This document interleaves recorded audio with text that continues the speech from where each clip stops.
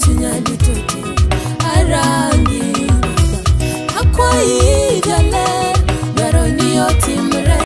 Jara magwara agoni ruodhwa kendo Nyasacho niro kamano kumloso thuolo majaber machal gi mar mondo wawuo kodi kit weche machal nadi ma Jehova oloso thuolo ni.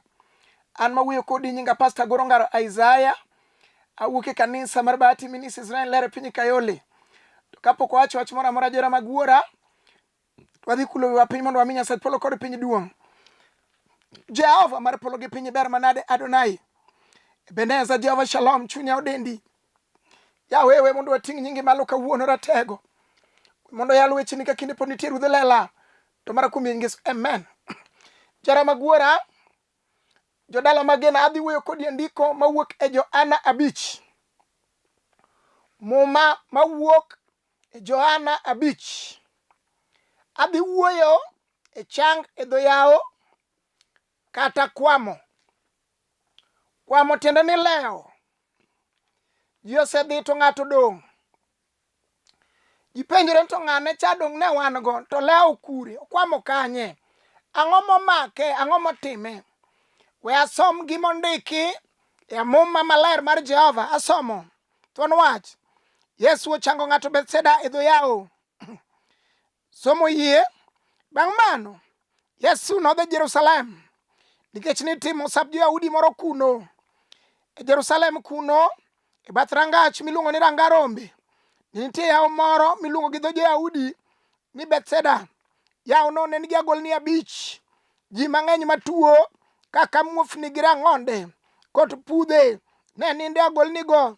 Ne girito mondo pi otugre nimar kinde mo malaika ne lore yawo no kendo tugo pi.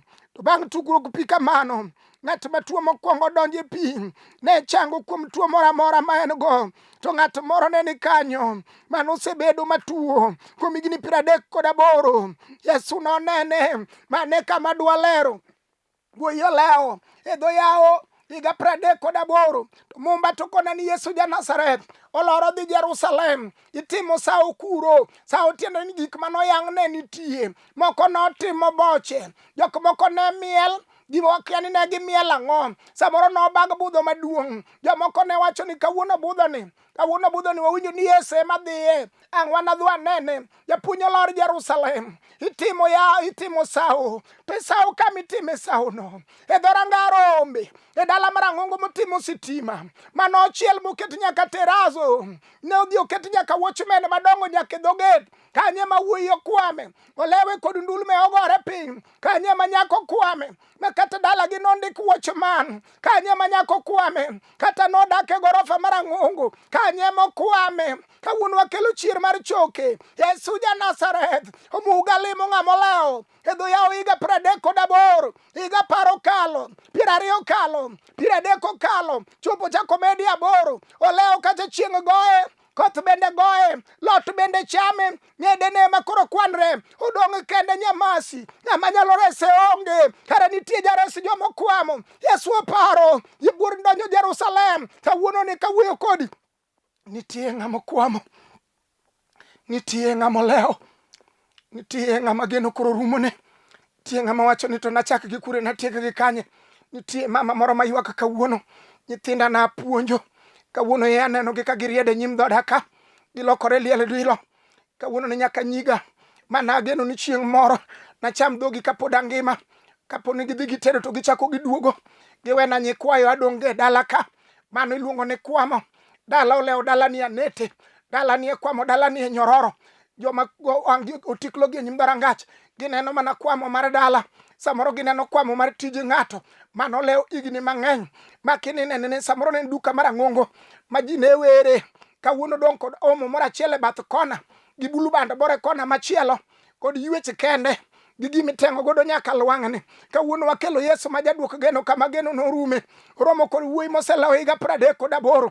Kama entiere no kang'eni be nitie kata ng'ama ne luoke. Samoro yie wiye nosetimo lenge. Dende odong' choke lilo. Oneno ka jomoko to nyumore aora. Ginyumore e dho yawo. Giwuok gidhi kelo gi prado madongo. Jomoko nitie manyalo support gi. Kone gini donji kanya kwar mato giwuok gi giweye kanyo dong' kanyo. Oneno gi malicho gi kokelne gi nyaka juice madongo.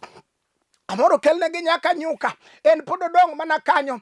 onge ng'at modich kata kode. Jomoko wacho ni donge nwanene higa mokalo ka, higa moro mochabe ne wachak wanene ka. Samoro makwamo madalagi nitie gima nyalo timo ng'ato ma wach ni gino kara gir dalau to ok en gir dalau. Ondiki Jo-Kolosai 2:14 ni norucho gima nade manondiki manotweyowa. Kawuono ni obed kwamo michalo nade, wadwa pudhe gi remb Yesu kawuono ni maruche gi remb Nyarombo sani. Ondiki Isaya 22:25 ni musmal manogur matek chieng'no nopudh oko. Obed gima nomiyo wakwamo mwamoke anete, nomiyo yawuoyi kata kadok dala to giting'o pepa bakar mondo mi giting'o mukate gik mabeyo ka gitero na minegi, to giting'o chandruok ka gidok ni mama usna kata mana gweno ni mondo mi odhi ores ngimana, usna kata mana rombo ni nyakwam merwa, usna kata mana dhe achiel ni kende matene kwamo wuod ng'ato, oluwo nyar ng'ato modogo nyaka e boma. Kawuono akelo Yesu, ng'ama nyalo loko nying ng'ato. Loko nying Joseph wuod Jakobo, kogole jela, kawo Joseph keto imiye prime minister, irwako ne lewni maber. Jok mane gin gode jela kano biro to nokofwenyo ni ma Joseph nitie. Kawuono wawacho ni nyaka joma nowacho ni kwamo, nyaka joma nowacho ni leo, nyaka joma nowacho ni jar ng'ani ok nokendi, kawuono gibiro neni ka ine odi kendo kiting'o pete ni elela, kiluongo gi arus, kindiko kad madongo dongo. Wach ni imaye higa ma Nyasaye miya oda, wacha ni mai dwe ma Nyasacha miya tich, wacha ni kawuono ni kata kiluongo jomoko mine jomoko, abende kawuono mulo iya Jehova nyaka miya nyathi. Kano loko nying Ana sama ne nyiero Ana, makata ka Ana wuotho to no onge nying nyim mod wetene, nyaka nyim mono magweng gi ne Ana ne onge nying. Dhako ka wuotho to wuotho ka pi wang'e chiembe. Kawuono Yesu ka Jehova ma jaloko nying manoloko nying Ana, onyalo loko nyingi merwa. Pok odeko mondo Jehova otimne ng'wono. Oloko nying Sarai aucha no ma Sarai obedo min ng'ato ka higni oseniang'. Pok odeko gi Nyasachwa, pok odeko mondo Jehova timne ng'ato ng'wono, pok odeko mondo ywe pi wang' ng'ato maonge tich elela. Akeyo nyakwar Jesse moparo Esther ma nyathi kich. Esther kigole kama en nyathi kich nohero kama ochieme kona moro, ochiemo kong'icho malich. Samoro kanineno TV to Esther ok ne, samoro seche midwani mondo mi oluoki tiluongo Esther mondo mi odhi oluoki nyaka lepe nyithindo moko ma bende samoro mbesene. Kanye ma Jehova gole Esther okete obedo pimi kach ruoth, ang'o matek kod Lwanda wa. Pok odeko mondo Yesu timne ng'ato ng'wono. Ng'ato ang' noting' bade kawuono wach ni Jehova kanigolo dadiele purusi buoche, abendi gola ichong, abendi gola idhier, abendi gola sandruok, abe iting'a malo. Ondiki e Zaburi 40 Matindo 2 no ywaya kogola chuodho motimo todo, kata ng'ato nie kwamo bro ywayi kogole chuodho motimo todo, kata ng'ato nie anete kama kata ka ji ochung'e nyim dhorangach to ka ging'iyo dalau to gineno mana kaka delni, kaka miero kungore kochimo piny. Mane dala ma Yesu bro loko nyinge kawuono. Wang'eyo jakono mula moloko nyinge Daudi wuod Jesse, ka Daudi ni kod kede sama janabi nodonje dala gi Daudi. Jesse ma wuono mar wiye nowil kech kopenje nyithinde duto te wiye wil ni kara nitie Daudi, nitie jok ma wicho osewil godo ma kata ka nyuola dwa timo bura ipare ka ji osetieko ndiko nyinggi. Iwacho ni to be ng'ane be undiko nyinge, to ji korka wacho no en bende kara en anyuolawa. Jok ma wich nowil gogo mage ma Jehova paro. Oparo wuoyini koselewo higa 38. Samoro kata min chunye nosechido kode, samoro min bende chunye noseaye, nokwane kwan mag jok manoseko tho, makata kokwano nyithinde en ang' nokwane mogik. Japuonjre omo kode kolewe dho yawo, omoke dho yawo, yie wiye otimo lenge, dende otimo kalagakla. O Jehova mar polo gi piny, Yesu ok obuono ng'ato, kata dala une chal nade, Yesu ok obuono ng'ato. Maneja biro limo dalano ero, wang'e jakondo mula chier mar choke. Maneja olimo Lazaro kosedonje bwo liel, sama Lazaro koro kudni chamo. O nyamin gi wachone niya, japuonj dini bedie ka, meja di bed ka. O japuonj wacho ni goluru kidi no, kawuono ni kidi moloro nyaka dhoda gi ng'ato. Modhi oloro nyaka tiji ng'ato, moloro nyaka tedo mar ng'ato, moloro nyaka i ng'ato, maka ijno. Yesu wacho ni goluru kidi no, to ae to kigolo Lazaro gi oko, to wacho ni goluru gik monale godogo, kawuono wagolo gi. Ondike Mathayo 15:13 ni tinende ni gimoro amora ma Wuora manie polo ne ok opidho, ibiro pudho oko. awuono ni gima nokelo kwamono ibiro pudhe oko, gima nade manokelo chandruogno ibiro pudhe oko e nying Yesu ja-Nazareth. Wacha ni dalawa ok mokie chong, dalawa ok mokie anete, nyithiwa ok mokie chandruok, gima nade momako dalawa kawuoni rucho. Ondike Jeremia 40:4 ni kawuono agolo nyororo ok e lweti. Ondike Naum 1:13 ni chieng'no nagol nyororo ok e lweti. E nying Yesu nyororo motwigo kawuono ni adhir Yesu ja-Nazareth manyalo golo nyororo ok e ng'ato, ma nyororo wuog oko, ma kama ni wacho manomiye ng'ato nying ni ma dhako malur, ma samoro kata kodhi aora ing'iyo gwande. Nitie joma nigi pi momita mong'eyo nyaka jo ogwalo bila manyalo nyuolo yawuoyi, ogalo manyalo nyuolo nyiri, ogwalo mabiro nyuolo nyiri. Nitie joma nigi pi momita mong'eyo. Kawuono ni wakelo Yesu ja-Nazareth. Ondike Fweny 3 matinda boro naseketo dhote mbele ni ma onge ng'ama nyalo loro kata ng'ato nokwamo. Achacha ni kawuono ni Jehova keto dhote mbele na. Kawuono ni arusa timo, kawuono anda sudo, kawuono dalawa sudo, nyaka dhok mane waonge go Jehova biro miya. Oparo Daniel kanie buru sibueche, oparo Abraham moketo mwandu e lwete. En ang'o matek kuom Lwanda? En ang'o matek kuom Lwanda? En ang'o manotemo godo Lwanda motame loyo? Mumba kona e Jeremia 23 matindo 29 ni wach Jehova ochalo mach, ochalo nyundo, obaro Lwanda matindo tindo. Kawuono wakelo mach e nying Yesu ja-Nazareth. Obiro baro Lwanda mar kwamo ma ng'ato wuogi anete, obiro baro Lwanda mar tuo ma ng'ato wuogi kitana mar midekre mochung' malo mowach ni kawuono nolewo 38. Abende kawuono achung' malo, abende Jehova kawuono ni bero na Lwanda e nying Yesu ja-Nazareth. E Fweny 5 muma wacho ni ya we ywak sibuor mar dhod Juda moselocho, ratego mar polo moselocho. E Kwan 23 matinda 19 wacho ni ya Jehova ok en dhano kowacho nobiro paro dalau mogolu nyaka kwamo, obiro golo we kwamo momiu nying manyien. Pok odeko mondo Jehova omi ng'ato nying manyien, nying mane jogweng' ong'eyo. Yesu nyalo rucho nying mar ng'at makwa lewni, ma samoro kata kidhi ka ori to chuni ni nyaka ikwa lewni, kata kidhi e pati moro kamachielo chuni ni nyaka kor kisari e ute ji ikwagi mipim gi mora mora miler kila kitu. Gimomiyo idhi e wuodhno be idwa ler, indiko statement ka gima in ka polis. Kawuono wacho ni nitie Jehova manyalo loko nying ng'ato, ma nyaka gik mikwayogo Jehova nyalo miyi. Joseph ne ok ong'eyo neyo inyalo gole jela korwako kunguru tibiri rwake lewni mag bedo prime minister. Pok odeko Nyasach Joseph cha pod nitie kawuono. Nyasach Jakobo manoloko nying Jakobo moluongo ni Israel, ng'at mogwedhi, pod nitie nyaka kawuono. Nyasach Daniel cha manogolo Daniel e buru sibuoche pod nitie nyaka kawuono. Nyasach Esther ma nyathi kich cha manogolo Esther nyathi kich cha pod nitie nyaka kawuono. Nyasach Sarai manoloko nying Sarai moluongo ni Sara mobedo mine ng'ato pod nitie nyaka kawuono. Duong' odog ni wendo, duong' odog ni ja-Nazareth, duong' odog ni Adonai.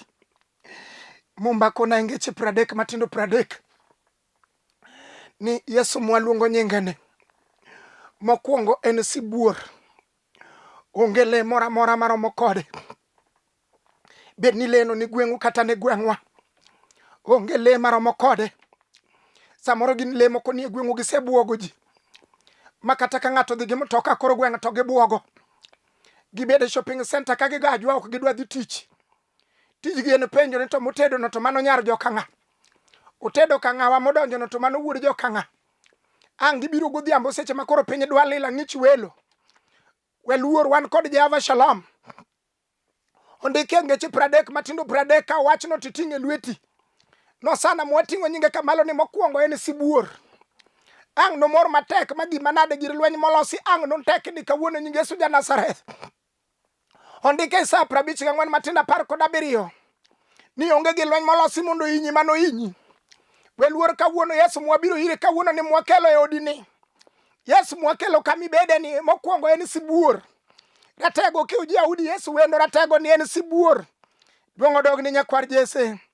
Adhi somo Zekaria, muma mar Zekaria 4 matinda 7. Jehova duong' mondo odog ni ratego. We mondo injili mari mondo yal ka kinde pod nitie. We mondo jogi oyud resruok kawuono ratego. Pari jogi momoke kwamo. Rokamano were maklo. Zekaria 4 Matinda 7. Samoro kwamo mangato kwamo go. Jineno mana thagruok ma entiere godo. Samoro thagruok madala uji wuotho go kochimo godo chiro. Samoro ji wuonya ke barasa mag chief. Ipimo go kiwacho ni to mari ni bedi chal gi bar joka ng'ane. Samoro kwamo mari nyarwegi momiyo ok yud kari. Sama ji nyiero ot machielo weni ji nyiero kari nyiero kwamo mari. Samoro tuo ma in godo mose kwamo kodino. Ema samoro ji pimo godo mbaka kama idhi tuo mie pie freji. We asom gi mondiki kawuono. Nitie Jehova ma jalok nying. Ma jaduok ne ji geno kama geno nyorume. Kami wacho ni kawuono ni tok nyalre kama ok nyalre de ma Jehova limo. Zekaria 4 Matinda 7.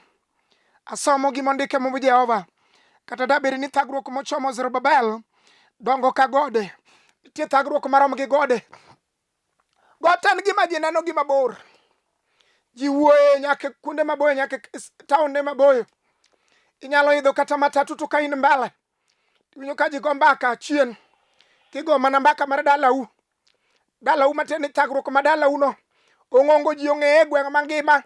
Location ong'eyo chandruok ma in go. Ama utie ji ong'eyo chandruogno. Nyaka kamileme ji ong'e chandruogno. Nyaka kemest man but kamidake ji ong'e chandruogno. Ma samoro kata kikalo but kemest no.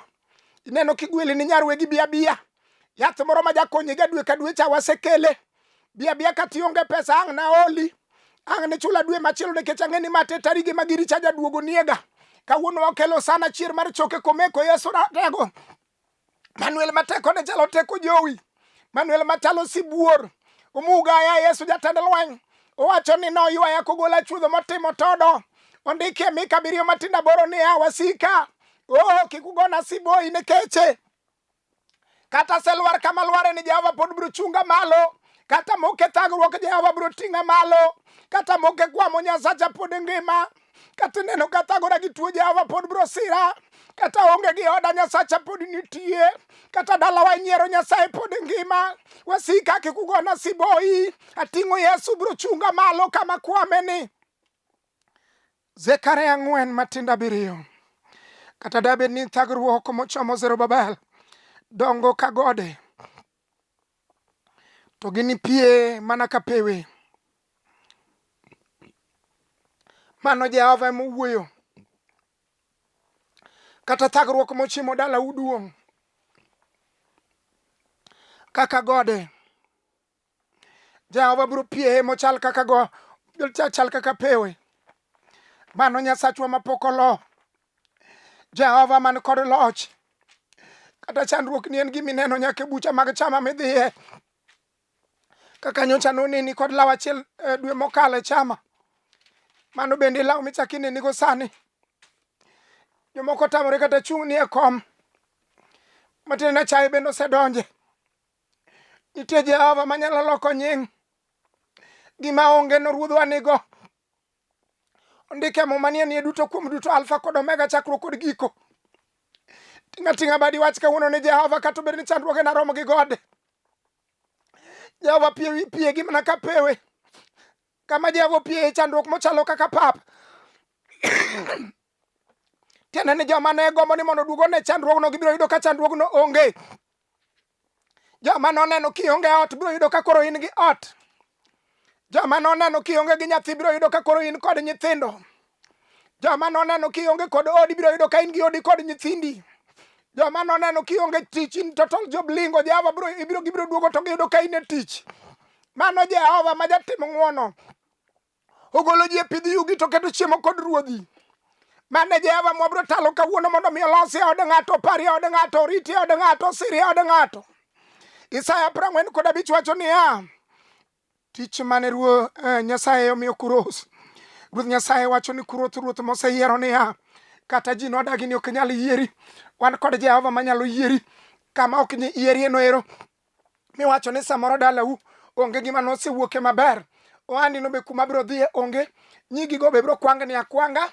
Dalau no be mama ni ok no cham kata mana pesa yie mari. nying Yesu Janasare. Winji gima mama wacho kawuono. Sema kulwiti makora chwich. Mano Jehova Elgibo. Tinga badi kawuono. Wach ni Jehova makama kabada makora chwich. Hata onge ng'ama nyalo bako bada ma wan joma noseka ubede gi moketo piny. Jehova makbada kendo makabada kendo bada makora chwichni makabada kendo ratego makabada kendo ke uchi audi makabada kendo aonge gi ng'ama nyalo miya tich makabada ruodha onge ng'ama nyalo resa makony par mirwa makony ngimana makabada kendo mama wacho nasema ko lweti makora chwich mondo ilo ogendini manie nyimi ogendini gin oganda mang'eny samoro moko ni mbele moko ni toki moko ni koracham moko ni korachich mombako nani ya sama jo Israel wuokie piny mar Misri Farao luwo bang'gi kod gigene mag lweny gi jolweny madongo manosetimo training to jokedo to dhi to nama ni mbele gi gode bende ni bathgi nyaka bunge bende ni bathgi seche go eko kiondko ogoyo jo maler Musa konegi niya uluongo Jehova okonegi ni ruodha ne kawuono ni wabiro tho gi joma isegola gode od twech. Jehova kone Musa iting'o ang'o? Owacho na ting'o luth. We awuo kodi ng'at mawinja kawuono iting'o ang'o? Be iting'o yie kawuono mibiro nyono godo wasigu? Be iting'o yie kawuono? Jehova wuoyo kod Musa kone ni chwad pi. Kawuono ni pi nolokore molosore kaka lam mani chiema Jehova noloso nam e dier nam lela oloso barabara mar lam ma jokedo nokale lela mano Jehova manyalo timo gik ma dhano ok nyalo par ni nyalo timore mano Nyasaye mwakelo gik ma dhano nyalo timo ok thagwa wan wadich gik ma Jehova nyalo timo ma dhano to ok nyalo timo wang'eyo ni sayans be ok nyalo timo mano wang'eyo ni kata mana mbalariany mane masome ang'o ok nyalo timo mano Jehova notimo kadiemo wang' wang'e chier mar choke pudhi ng'amo moke anete ni kawuono pari ng'amo kwamo ni ratego siri jo molewo gi kawuono ruodhwa mumba kona niya asema kulwiti makora chwich mondo ilo ogendini manie nyimi kendo iketho teko mag ruodhi miya udhorange gi dhoudi maonge kata achiel manodong' kochiegi anto anatel nyimi mondo apie gode mogangore gode mag tuo anapie gode mag dhier Jehova biro pieyo gode mag aseye Jehova biro pieyo gode mag tuoche Jehova biro pieyo gode mamiyo ng'ato ok nyal tedo Jehova biro pieyo gode mogangore mineno gi mabor Jehova biro pieyo gode mamiyo nyako elni oselwar Jehova biro pieyo gode mamiyo dak moro onge kod kwe Jehova biro pieyo gode mamiyo nyithind sikul ok nyal somo maka en odhi e mbalariany to gimotere kure en dhi madho njaga kod loso chang'a en owuon kar mondo mi osom sayans maduogo konyo ji te noloso sayans mar loso chang'a obuo osungore go kor gweng' ni wang'ni tinde wang'e loso nyaka chang'a kendwa makata tamwa mago gin gode mosegangore dwano keth ni nyathi e lela mondo mi idhi tich manono kawuono wacho ni norucho gima nondiki manotweyowa e nying Yesu Janasareth wacho ni Jehova biro piyo nyaka gode mogangore kuom nyithinda kuom oda kuom dakna kawuono nyaka e ohanda Jehova biro piyo gode mogangore duong' odog ni Nyasaye mar polo